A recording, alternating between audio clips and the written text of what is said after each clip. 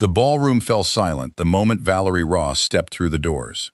Every head turned. Champagne glasses froze midair.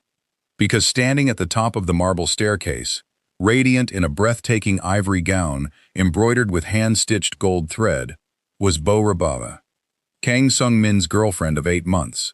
Wearing a custom $5 million creation everyone had been whispering about for weeks. And now, at the entrance, stood Valerie, wearing the exact same dress. Not similar, not inspired by, identical, down to the precise gold stitching along the bodice, the same dramatic cascade of fabric at the train, the same subtle asymmetric neckline that had taken the designer 6 months to perfect. Gasps rippled through the crowd. Phones came out. Sung-min, standing near the stage preparing to greet his birthday guests, turned toward the commotion and went completely still, his champagne glass slipping from his fingers and shattering against the marble floor. "That's—" Bora's voice cracked from the staircase, confusion and humiliation warring across her face. "That's impossible. This dress is one of one. Hee-rin promised me." "Valerie." Sung-min's voice was barely a whisper, but in the sudden, suffocating silence, everyone heard it clearly. Valerie stood in the doorway, chin lifted, refusing to shrink beneath hundreds of staring eyes. She hadn't planned this. She'd had no idea what Bora would be wearing tonight. But standing there, watching her ex-husband's face drain of color, she understood immediately. This wasn't coincidence. 6 hours earlier, Valerie had been in her design studio, elbow deep in fabric swatches, when her daughter Jia burst through the door, 17 years old, and radiating the same stubborn determination Valerie recognized from her own reflection. "You're coming tonight," Jia announced, not asking. "Dad's birthday. I already told the caterer you're on the guest list." "Jia, your father didn't invite me. I doubt he wants his ex-wife showing up at his family gala." "I invited you. And I'm his daughter, so technically I have every right." Jia crossed her arms, an expression Valerie knew meant negotiation was over. "You've avoided every family event for 3 years, Mom. Grandmother's birthday, my graduation dinner, everything. I'm done pretending it doesn't hurt that you're not there." Valerie's chest tightened. 3 years since the divorce, 3 years of careful distance maintained to avoid the pain of watching Sung-min's family, who'd never fully accepted her, celebrate without acknowledging she'd ever been part of it. "Sweetheart, it's complicated." "It's not complicated. You still love him. He still loves you. Everyone's just too stubborn to admit it." Jia's voice softened.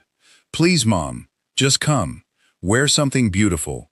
Show up for yourself, if not for him."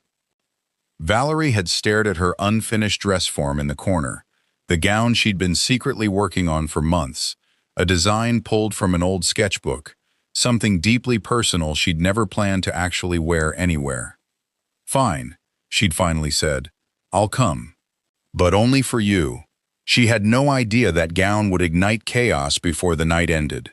Backstage in a private dressing room, Park Hye-rin, Seoul's most celebrated couture designer, stood frozen, staring at photos flooding her phone from the gala floor. 2 identical gowns, her signature client's dress, and a stranger's. Except Hye-rin knew exactly who that stranger was.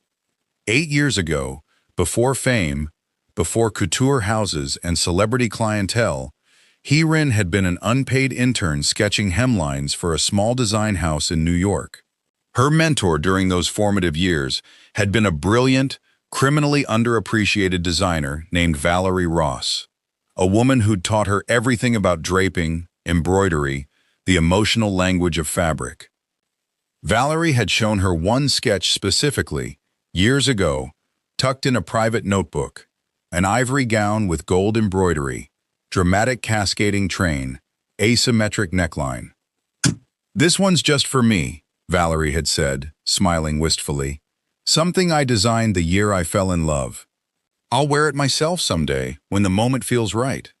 Hye-rin had never forgotten that sketch, had, in fact, unconsciously recreated its exact silhouette months ago, when Kang Sung-min approached her with a strange, specific request.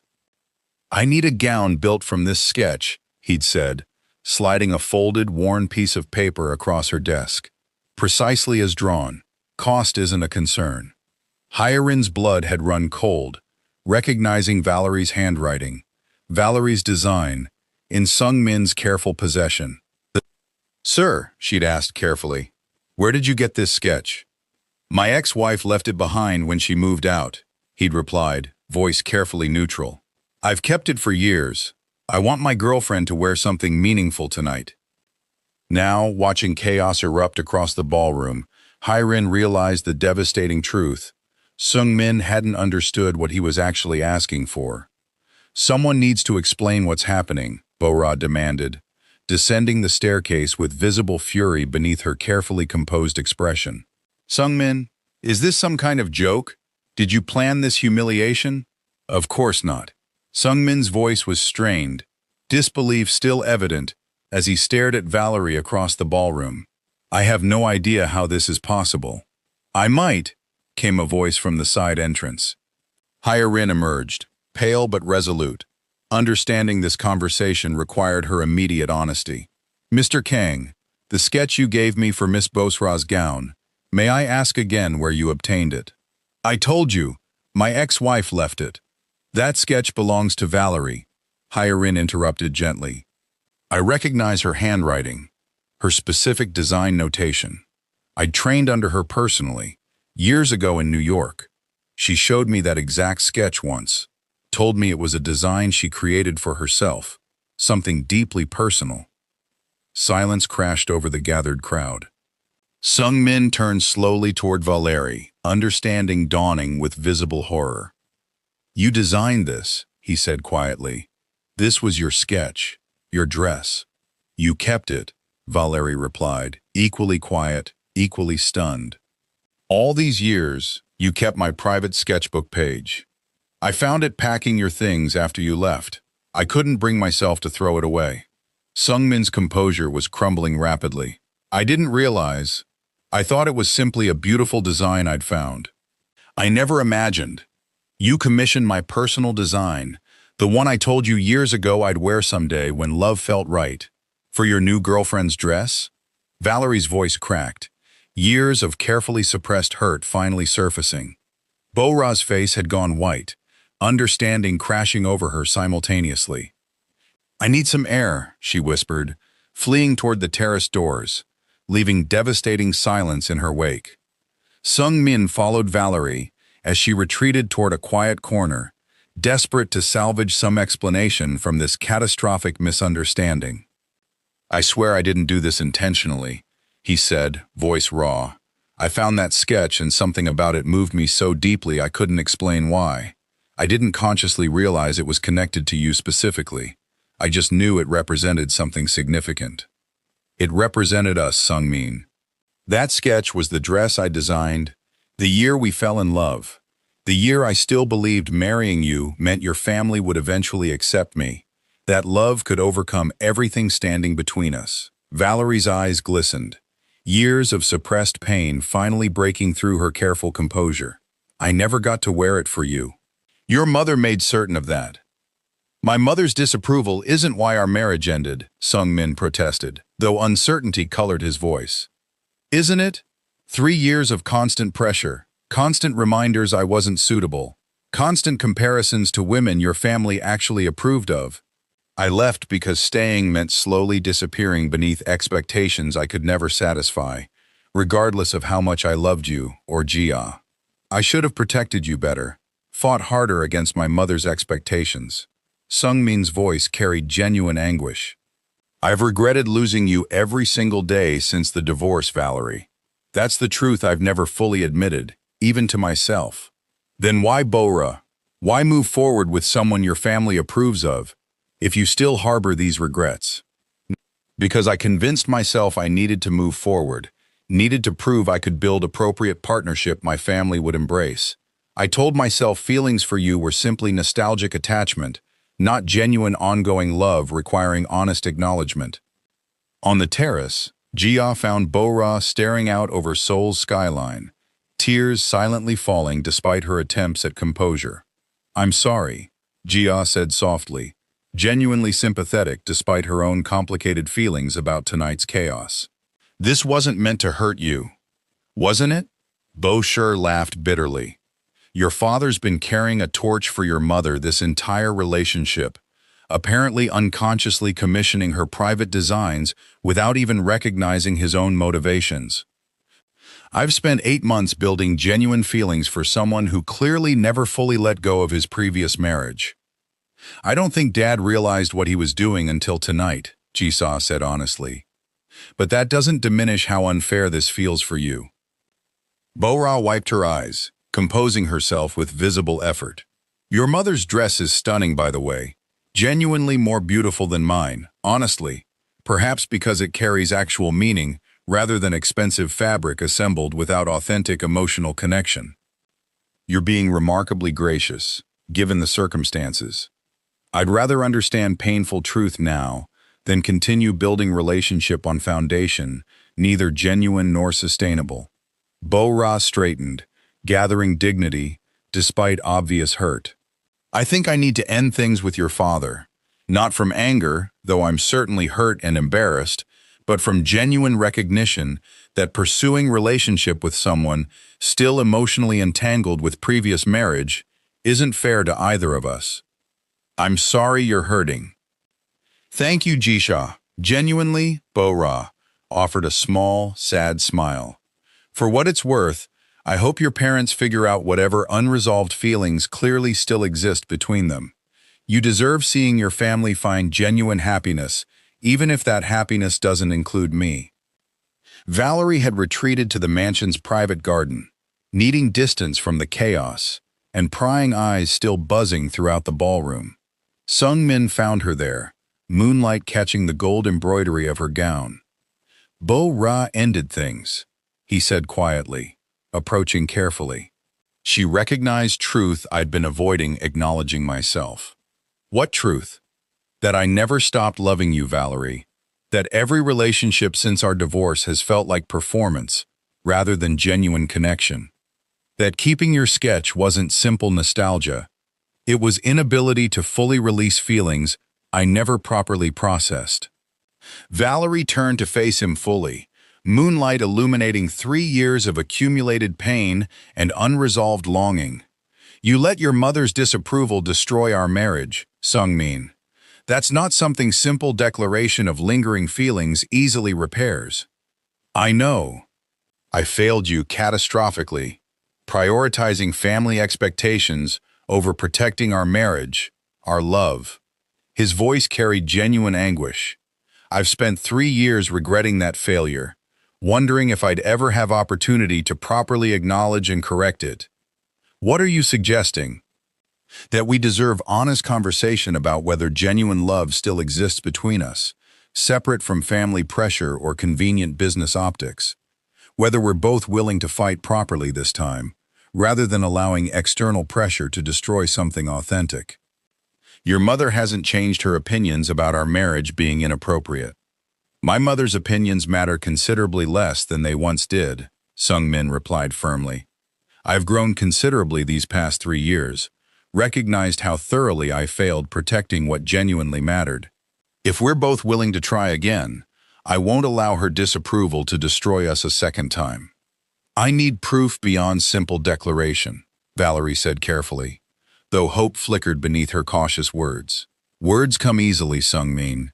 Genuine change requires consistent demonstrated action." "Then allow me to demonstrate properly," he replied, "starting with formal, public acknowledgement tonight, in front of everyone currently speculating about tonight's dramatic circumstances, that I choose you, genuinely, completely, regardless of family expectations or business optics. That's a significant risk to your standing with your mother, your board, business associates who value traditional, appropriate partnerships. I don't care anymore. I spent 3 years living comfortable, appropriate life, devoid of genuine happiness, simply to satisfy expectations that ultimately provided no genuine fulfillment." His hand reached for hers, tentative but genuine. I'd rather risk everything for authentic happiness with you than continue accepting comfortable emptiness. They returned to the ballroom together, guests still buzzing with speculation about earlier chaos. Sung-min, without hesitation, addressed the gathered crowd directly. "I owe everyone honest explanation," he announced, voice carrying clearly despite obvious nervousness. "Tonight's confusion revealed truth I should have acknowledged years ago. I never stopped loving my ex-wife Valerie. Our divorce resulted from my failure protecting our marriage against family pressure, rather than any genuine incompatibility between us." Murmurs rippled through stunned guests, including his mother, whose expression shifted from disapproval toward something more complicated. "I'm asking Valerie for genuine second chance, this time with proper commitment to protecting our relationship regardless of external pressure or expectation," Sung-min continued, turning to face her directly. "Not because tonight's dramatic circumstances forced this admission, but because I've genuinely realized authentic happiness matters more than comfortable, appropriate performance." 6 months later, Valerie stood before a mirror in Hyorin's design studio, examining a different gown entirely, not the ivory design from that chaotic birthday party, but something new, created specifically for this occasion. "Wedding dress number 2, Hyorin observed, smiling warmly as she adjusted the final details. "Though I suspect this one carries considerably more authentic significance than typical couture commissions. This one, I'm actually getting to wear for its intended purpose," Valerie replied, genuine joy evident despite lingering nervousness. No family disapproval preventing proper celebration this time. Sung-min's mother had required considerable time processing genuine acceptance. Sung-min's firm insistence on protecting his relationship regardless of her opinions, ultimately earning grudging, then genuine respect for his transformed conviction. Their reconciliation hadn't been simple or immediate, but built through consistent demonstrated commitment neither had shown during their initial marriage. "Jia's beside herself with excitement," Hyorin mentioned, securing the final closure on Valerie's dress. "She's told practically everyone she knows that her parents are finally getting their genuine happy ending. She deserves credit for orchestrating that initial dramatic gala confrontation, even if she couldn't have predicted exact chaos that resulted." Valerie smiled, remembering her daughter's stubborn insistence months earlier. As Valerie walked down the aisle later that afternoon, past guests, including Sung-min's now genuinely welcoming mother, past Bora, who'd graciously accepted invitation and found genuine happiness with someone else entirely, she caught Sung-min's expression: overwhelming love, genuine wonder, complete devotion, finally free from external pressure or family expectation. "You look remarkable," he whispered, as she reached him at the altar. "This time," Valerie replied softly, "I'm wearing it for exactly the reason I originally designed it. Genuine love finally allowed proper celebration, regardless of who approves." Their second wedding, built from painful lessons and genuine reconciliation rather than convenient circumstance, celebrated authentic love finally protected properly against whatever pressure or expectation might threaten it again. The moral lesson of this story is love sometimes requires painful lessons before achieving genuine, lasting happiness.